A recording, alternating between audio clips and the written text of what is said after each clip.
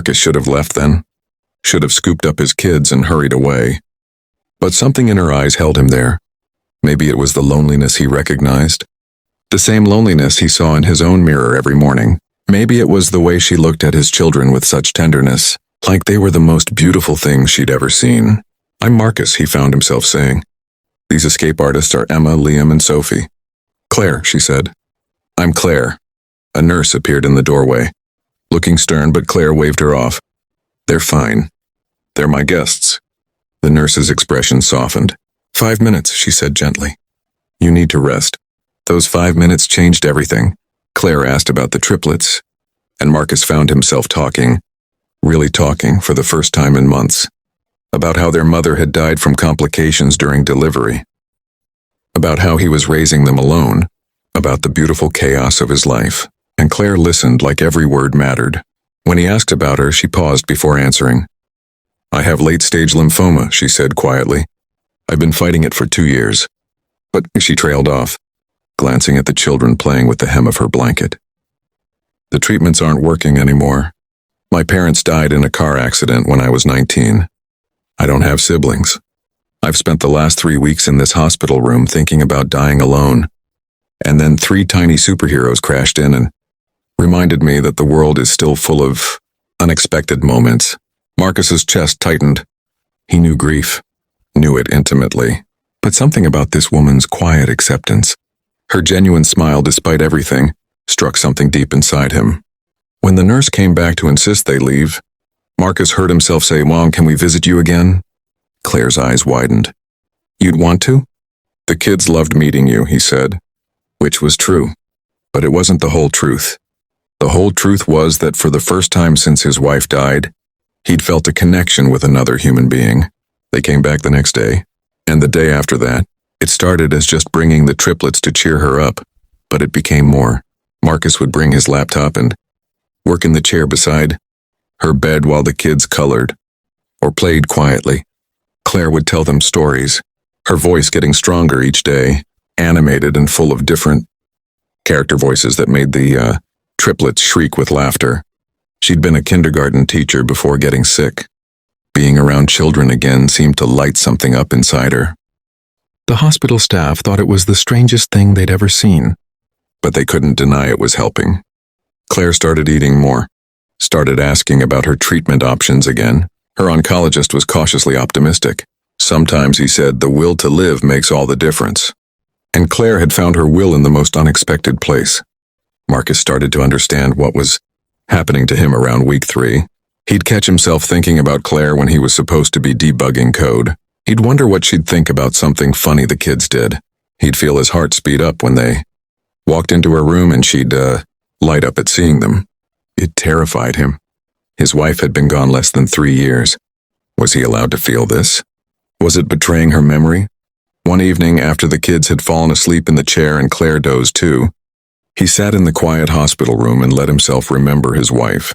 Remember her telling him 2 days before she died that she didn't want him to be alone forever, that she wanted him to find happiness again, that she wanted their babies to have someone to love them.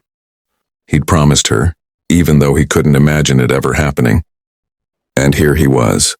Claire's treatment took a miraculous turn. A new clinical trial combined with her renewed fighting spirit started working. The tumor shrank. Her strength returned.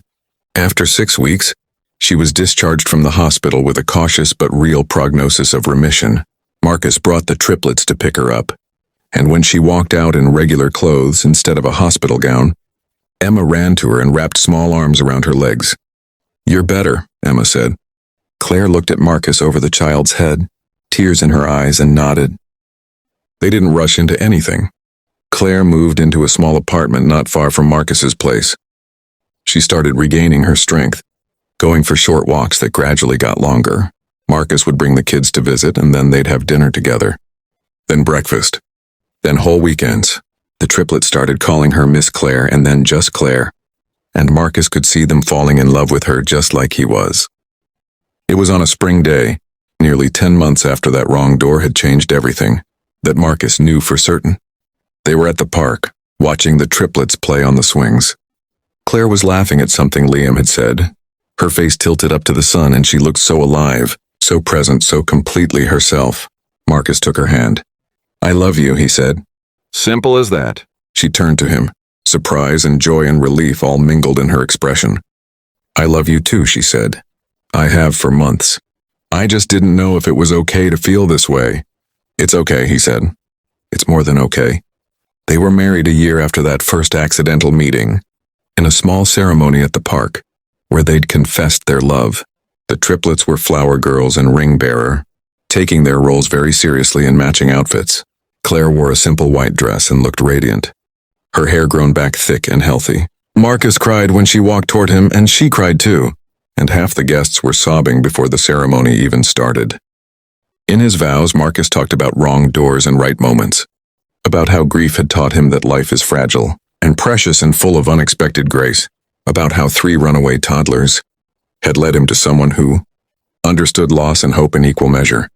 Claire talked about praying for one more meaningful moment, one more reason to fight and getting an entire family instead. She talked about how Emma, Liam, and Sophie had given her back her life, and Marcus had given her a future to fill it with. Now, 3 years later, Claire is in full remission. The doctors call her a medical miracle, but she knows better. She knows that miracles come in all forms, sometimes in the shape of 3 tiny superheroes bursting through the wrong door at exactly the right time. She's teaching kindergarten again, and Marcus still works from home, and their house is full of the kind of beautiful chaos that only 4 kids can create. Yes, 4. Their daughter Lily was born 2 years ago, a healthy baby girl with Claire's eyes and Marcus's stubborn chin.